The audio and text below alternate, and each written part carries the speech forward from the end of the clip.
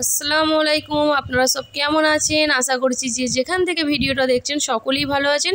মিশুর হেসেলে আপনাদের সবাইকে ওয়েলকাম। আজকে আমি আবারও একটা রেসিপি নিয়ে এসেছি। আজকে আমি করে দেখাবো বিকেলের একটা নাস্তা এবং সেটাই আপনাদের সাথে শেয়ার করব। তো চলুন দেখা যাক কী কী উপকরণ লাগছে। প্রথমে আমি এখানে ময়দা নিয়েছি। ময়দাটাকে কিন্তু আমি ঘি দিয়ে ভালো করে আগে ভেজে নিয়েছি। এরপর আমি কালো জিরে দিয়ে দিচ্ছি অল্প করে, দিয়ে দেব স্বাদ মতো লবণ। অবশ্যই কিন্তু ময়দাটাকে ঘি দিয়ে ভেজে নেবেন, তাহলে খেতে কিন্তু খুব সুন্দর হবে। এখানে কিন্তু আমি এক্সট্রা আর ময়াম দেব না। এবার উষ্ণ গরম জল করেছি, সেটা দিয়ে আমি এটা মেখে নেব অল্প অল্প করে জল দিয়ে। একবারে সব জল দেবেন না, তাহলে নরম হয়ে যাবে। এটা মাখার সময়তেই একটা খুব সুন্দর সুগন্ধি কিন্তু বেরোবে, সেটা আপনারা করলেই বুঝতে পারবেন। দেখতেই পাচ্ছেন ডোটা আমার রেডি হয়ে গেছে। এবার আমি পুর রেডি করব। প্রথমে আমি 5 ফোড়ন দিয়ে দিচ্ছি, আর আমার কাছে বাঁধাকপি ছিল তো এটাই আমি পুর করব। তো আমি বাঁধাকপি আলু হালকা করে সিদ্ধ করে নিয়েছি। এরপর আমি লঙ্কার গুঁড়ো দিয়ে দিচ্ছি,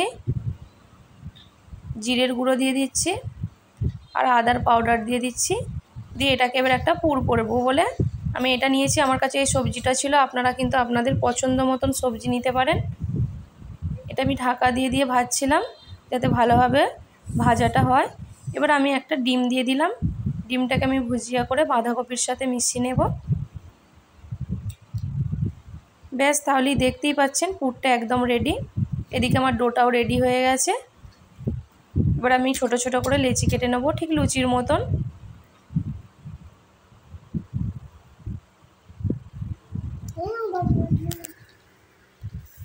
এবার লুচির মতন করে আমি বেলে নিচ্ছি প্রথমেই। এবার এর মধ্যে আমি বাঁধাকপির যে পুরটা করলাম সেটা আমি দিচ্ছি। চারিদিকটা হালকা করে আমি জল লাগিয়ে নেব, যাতে এটা ভালোভাবে মোড়া হয়ে যায়, নাহলে কিন্তু খুলে যাবে তেলে ভাজতে গেলে। দিয়ে আমি এইভাবে একটা ভাঁজ দিচ্ছি, ঠিক মোমোর যেরকম হয় ঠিক সেই টাইপের আমি কিন্তু একটা ভাঁজ দিচ্ছি। দেখুন কিভাবে ভাঁজটা দিচ্ছি। যারা মোমো পারেন তারা তো ভাঁজটা দিতে পারবেন, আর যারা পারবেন না তারা ঠিক আমার হাতের দিকে লক্ষ্য করুন, খুবই সহজ। এবার মাঝখানটাও আমি বন্ধ করে দিচ্ছি। ব্যাস, একটা আমার রেডি হয়ে গেল।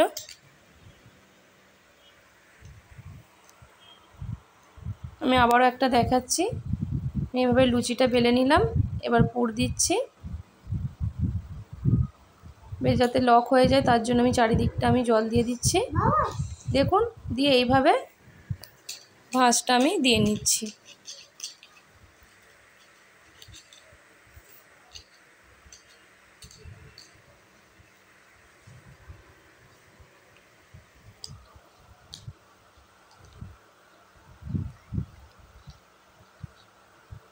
আবারও একটা রেডি হয়ে গেল। এভাবে আমি বাকিগুলো কিন্তু বানিয়ে নিয়েছি।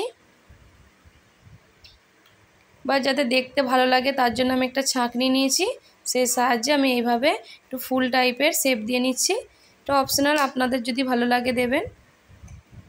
এটা দেখতে ভালোর জন্য আমি দিচ্ছি। দেখুন কত সুন্দর লাগছে। এরপর আমি একটা কড়াই বসিয়ে দিয়েছি, কড়াইয়ে তেল দিচ্ছি।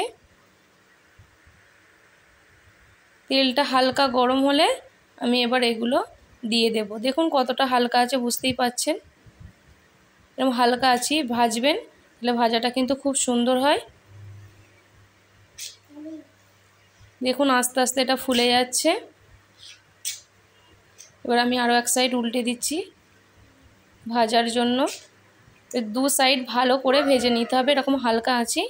দেখতেই পাচ্ছেন কালারটাও কতটা চেঞ্জ হয়ে গেছে।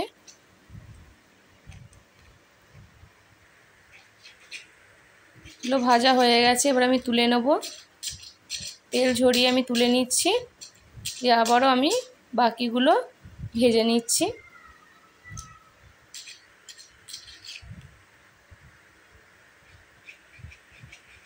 দেখুন এগুলো ভাজা হয়ে গেছে। আমি এবার একটা জায়গায় সার্ভ করে দেখাচ্ছি।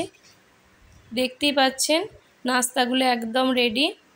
কতটা সুন্দর লাগছে দেখি সেটা বুঝতে পারছেন। খেতেও কিন্তু খুবই সুন্দর, বাচ্চারা পেলে কিন্তু খুবই খুশি হবে। আমি আমার বাচ্চার জন্যই বানিয়েছিলাম এবং আপনাদের সাথে শেয়ার করলাম। যদি রেসিপিটা ভালো লাগে অবশ্যই লাইক, কমেন্ট আর সাবস্ক্রাইব করতে ভুলবেন না। আপনাদের লাইক, কমেন্ট আর সাবস্ক্রাইবের জন্য আমি নিত্য নতুন ভিডিও দিতে আরও উৎসাহিত হব। আল্লাহ হাফেজ।